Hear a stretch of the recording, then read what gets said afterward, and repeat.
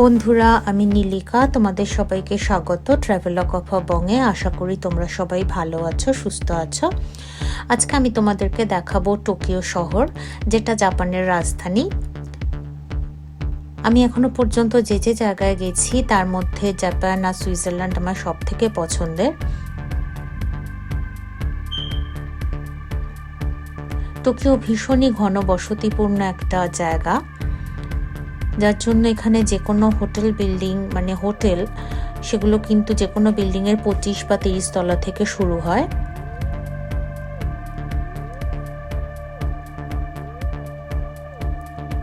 আমরা টোকিওতে গেছিলাম গরমকালে, জুন জুলাই মাস নাগাদ। তো আমার ব্যক্তিগত অভিজ্ঞতা যেটা বলে, যেটা ভীষণই হিউমিড একটা জায়গা। আর আমরা ল্যান্ড করেছিলাম নারিটা এয়ারপোর্টে। টোকিও শহরে দুটো এয়ারপোর্ট রয়েছে, হানিডা এবং নারিটা। আমরা ল্যান্ড করেছিলাম নারিটাতে, কিন্তু ফেরার সময় আমরা হানিডা দিয়ে ফিরেছিলাম। নারিটা এয়ারপোর্টটা টোকিও যে সিবিডি সেটার থেকে অনেকটাই দূরে, আর আমরা বাসে করে নারিটা থেকে সিবিডিতে গেছিলাম। এই যে টোকিও ঘোরাটা, এটা অনেকটাই আমাদের কাজের সূত্রে হয়েছিল, সেই কারণে আমরা হয়তো সব জায়গায় যেতে পারিনি, কিন্তু যে যে জায়গায় গেছি সেগুলোই আমি তোমাদের সাথে শেয়ার করেছি। আশা করি তোমাদের ভালো লাগবে। আর টোকিও মানেই বড় বড় বিল্ডিংয়ের শহর, তো সেই সমস্ত কিছু কিছু বিল্ডিংয়ের ছবি আমি তোমাদেরকে দেখাবার চেষ্টা করেছি। যদিও এটা ভীষণই ঘনবসতিপূর্ণ একটা জায়গা, কিন্তু অসম্ভব পরিষ্কার পরিচ্ছন্ন। এটা দেখলে সত্যি অবাক লাগে যে কি করে এত লোক থাকা সত্ত্বেও একটা জায়গা এতটা পরিষ্কার পরিচ্ছন্ন রাখা যায়। এবং এটা থেকে আমাদের অনেক কিছু শেখারও রয়েছে, যে ইচ্ছা থাকলে অনেক কিছুই করা সম্ভব হয়।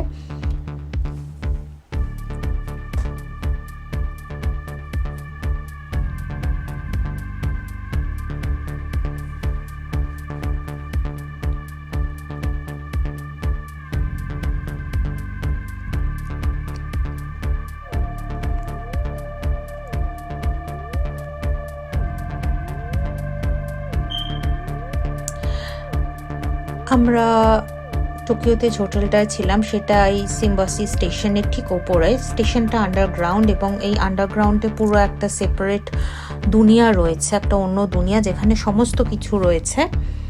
আর স্টেশনটায় আমরা 24 ঘন্টা মোটামুটি একই রকম ভিড় দেখেছি।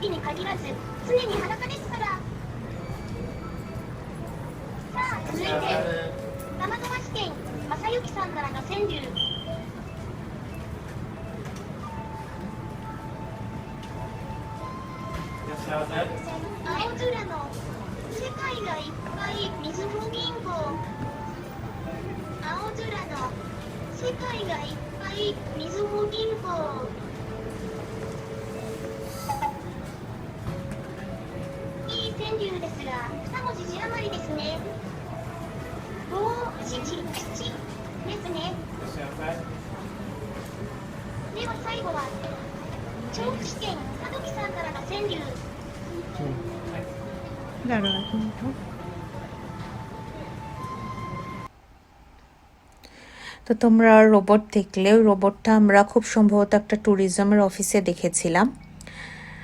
আমরা টোকিওতে প্রথমেই যে জায়গাটা গেছিলাম সেটা হচ্ছে এই শ্রাইনটা, যেটার নাম হচ্ছে মেইজি শ্রাইন। তো এটা টোকিওর যিনি সম্রাট ছিলেন তার স্মৃতির উদ্দেশ্যে তৈরি করা হয়, যদিও এখানে ওনাকে সমাহিত করা হয়নি। এটা জাস্ট ওনার স্মৃতির উদ্দেশ্যে একটা সৌধ নির্মাণ করা হয়। এবং এই পুরো জায়গাটা প্রায় 70 হেক্টর জমির ওপর অবস্থিত, তো বিশাল বড় একটা এরিয়া। এবং এখানে ঢোকার আগে সমস্ত হাত টাত সমস্ত জল দিয়ে পরিষ্কার করে নিতে হয়, হাত মুখ। তোমরা আশা করি দেখতেই পাচ্ছ যে আমরা কিভাবে সেটা করেছি। একটা স্পেশাল নিয়ম আছে, সেটা ফলো করতে হয়। যেটা আমি আগেই বলেছি যে জাপানিরা ভীষণ ভীষণ ভীষণ পরিষ্কার পরিচ্ছন্ন। তো এটা মনে হয় সেটারই একটা নিদর্শন। আর এই যে জায়গাটা, এটা অসম্ভব সুন্দর একটা জায়গা। এই বিশাল জায়গাটায় প্রচুর গাছপালা রয়েছে এবং একটা পার্কও রয়েছে। আর প্রচণ্ড প্রচণ্ড প্রচণ্ড জনপ্রিয় একটা জায়গা, প্রচুর লোক এখানে ঘুরতে যায় সারা বছর ধরে। মেন যে গেটটা সেটা থেকে কিন্তু অনেকটা হেঁটে এই মূল ভবনটায় যেতে হয়। এবং এখানে আমাদের ভারতীয়দের মতো ওরকম গাছে নানা রকম মানে যার যা ইচ্ছে থাকে সেগুলো লিখে ঝুলিয়ে দেয়, মানত করা যেটাকে বলে সেইটা আর কি। এবং এখানের কারুকার্য তো জাস্ট অসাধারণ। বেশিরভাগ জায়গাটায় কিন্তু কাঠ দিয়ে, মানে যে ভবনটা সেটা কাঠ দিয়ে তৈরি। আর এখান থেকে খুব বেশি দূরে না, আমরা গেছিলাম হারাজুকুতে। হারাজুকুর এই যে জায়গাটা, এই যে স্ট্রিটটা, এটা স্পেশালি জাপানিজ যে পপ কালচার রয়েছে তার মানে তার থেকে ইন্সপায়ার্ড হয়ে যে ফ্যাশন, তার জন্য খুব বিখ্যাত। এছাড়া আরও একটা জিনিসের জন্য বিখ্যাত, সেটা হচ্ছে এখানে প্রচুর ছোট ছোট ক্যাফে রয়েছে যেখানে ক্রেপ পাওয়া যায়। ক্রেপ হচ্ছে আমাদের গোলা রুটির মতো একটা খাবার। তো এই দুটো জিনিসের জন্য এই রাস্তাটা খুবই বিখ্যাত।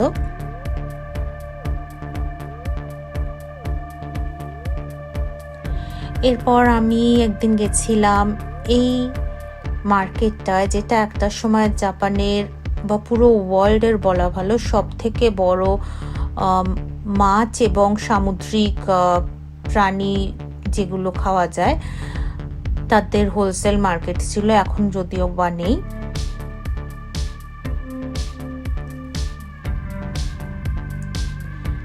আর ওই দিনকেই আমরা গেছিলাম টোকিও স্কাই ট্রিতে। টোকিও স্কাই ট্রিতে আমরা অ্যাকচুয়ালি 2 দিন গেছিলাম, কারণ প্রথম দিন যেদিন গেছিলাম সেদিন ওপরে উঠতে পারিনি, এত প্রচণ্ড হাওয়া দিচ্ছিল। তো সেফটি রিজনের জন্য ওরা সেদিন কোনো কাউকেই ওপরে যেতে অ্যালাউ করেনি, এবং আমরা যে টিকিট কেটেছিলাম পুরো টিকিটটার টাকাটাই ওরা রিফান্ড করেছিল। তো টোকিও স্কাই ট্রিটা হচ্ছে ওয়ার্ল্ডের সব থেকে উচ্চতম টাওয়ার এবং বার্জ খলিফার পরে সব টলেস্ট স্ট্রাকচার, মানে second tallest structure in the world. কিন্তু যেটা বলা সেটা হচ্ছে যে টোকিও স্কাই ট্রিতে কারোর যদি উপরে যাওয়ার ইচ্ছা থাকে তাহলে তাকে অলওয়েজ রেডি থাকতে হবে, বিশাল লম্বা লাইনে দাঁড়াতে হবে, কারণ প্রচণ্ড ভিড় হয়। এবং যেহেতু প্রচুর পর্যটক যান টোকিওতে, তাছাড়া স্থানীয়রাও রয়েছে, সেই জন্য প্রচণ্ড প্রচণ্ড প্রচণ্ড ভিড় হয় এখানে। কিন্তু একবার ওঠার পরে ওখান থেকে যে ভিউটা পাওয়া যায় সেটা হচ্ছে অসাধারণ। আর আরও একটা মজার ব্যাপার হলো, অন্যান্য অনেক উঁচু বিল্ডিংয়ে লিফটগুলো থেকে বাইরে কিছু দেখা যায় না, কিন্তু এটা ওঠার সময় নামার সময় পুরো টোকিও শহরটা দেখা যায়, যেটা ভীষণ সুন্দর লাগে দেখতে। আর এই টাওয়ারটার ওপর থেকে টোকিও শহরটা কেমন লেগেছে আমি সেটা তোমাদের সাথে একটু শেয়ার করেছি।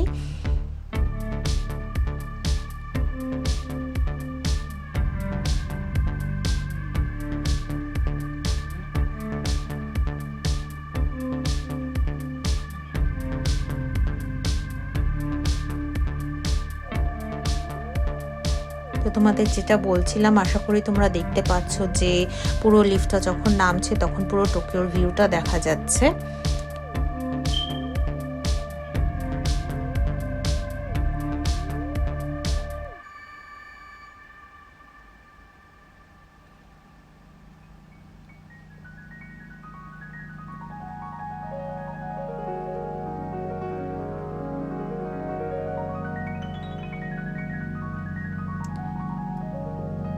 আর একদিন আমরা গেছিলাম সেনসোজি টেম্পলে, যেটা টোকিওর সব থেকে পুরানো মন্দির এবং এটা একটা বুদ্ধিস্ট মন্দির।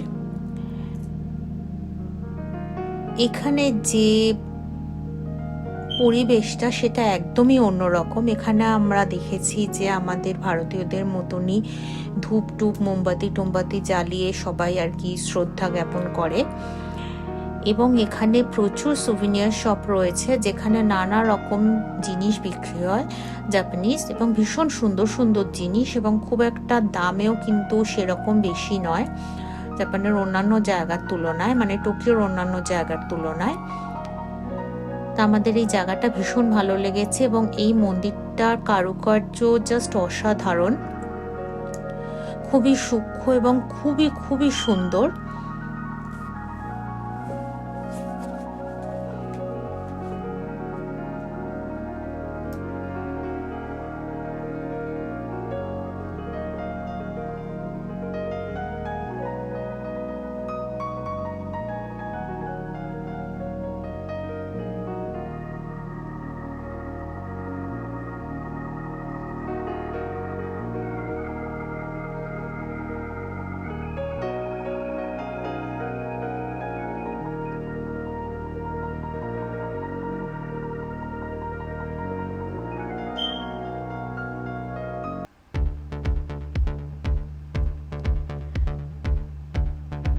আর এটা হচ্ছে শিবুয়া। এই জায়গাটা পৃথিবীর সব থেকে ব্যস্ততম দুটো রেল স্টেশন রয়েছে। তাছাড়া এই জায়গাটা আর একটা জিনিসের জন্য বিখ্যাত, সেটা হচ্ছে এখানে একটা ক্রসিং রয়েছে যেটা নাকি পৃথিবীর ব্যস্ততম রোড ক্রসিং, যেটা আমি তোমাদেরকে দেখিয়েছি।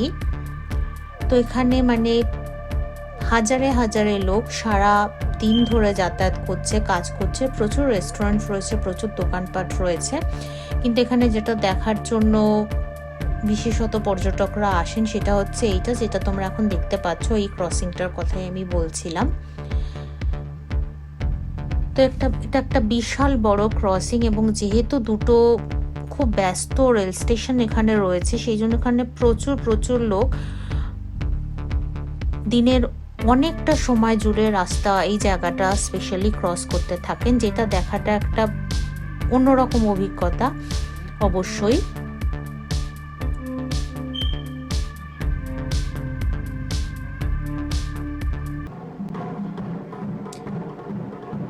আর আমাদের সৌভাগ্য হয়েছিল জাপানিজ যে ট্র্যাডিশনাল মিউজিক হয় তার মানে সেটাকে একটু উপভোগ করার, তো সেটাও আমি তোমাদের সাথে শেয়ার করলাম।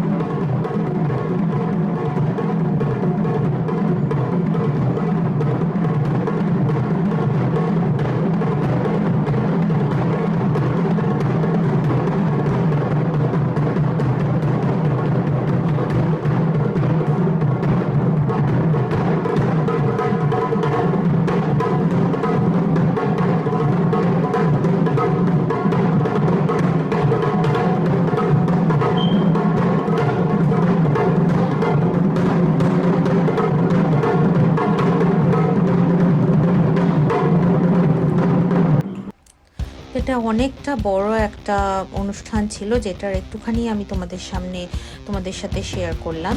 আর তারপরে last but not the least অবশ্যই সুমো ফাইট। আর আমি আগেই বলেছি যেহেতু আমরা কাজের সূত্রে গেছিলাম, সেই জন্য এগুলো অনেক কিছুই অন্যরা অ্যারেঞ্জ করেছিল, আর আমরা হয়তো অনেক কিছুই মিস করে গেছি, কিন্তু যেটুকুনি আমরা দেখতে পেরেছি সেটাতেই আমরা ভীষণ ভীষণ ভীষণ আনন্দ পেয়েছি এবং ভীষণ খুশি হয়েছি। আর হ্যাঁ, এনারা প্রফেশনাল সুমো রেসলার, কিন্তু ওনারা রিটায়ার্ড। যদিও ওনারা রিটায়ার্ড, কিন্তু তবুও ওনারা এক্সপ্লেন করছিলেন যে কতটা স্ট্রিক্ট ওনাদের জীবনযাত্রা হয়।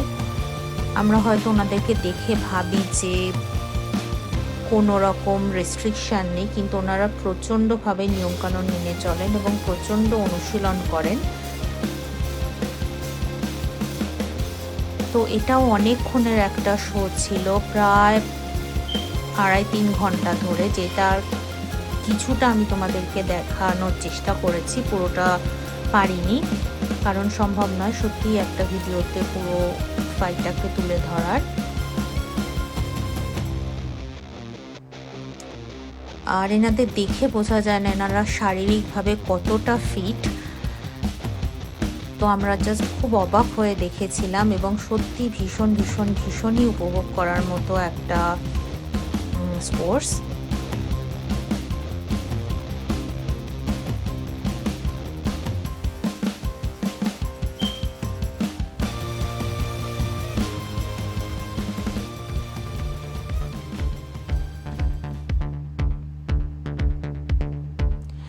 আমাদের টোকিও সফরটা শেষ হয়েছিল এই জায়গাটায় গিয়ে, সেটা হচ্ছে গিনজা। এটা হচ্ছে টোকিওর মানে সব থেকে বড় শপিং স্ট্রিট বা শপিং এরিয়া বলা যেতে পারে। এখানে মানে হেন কোনো ব্র্যান্ড নেই যার দোকান এখানে নেই। তা আশা করি তোমাদের ভিডিওটা ভালো লাগবে। ভালো লাগলে প্লিজ লাইক করো, শেয়ার করো, চ্যানেলটা সাবস্ক্রাইব করো। আমি তোমাদের সাথে খুব তাড়াতাড়ি জয়েন করবো। ততদিন ভালো থেকো, বাই।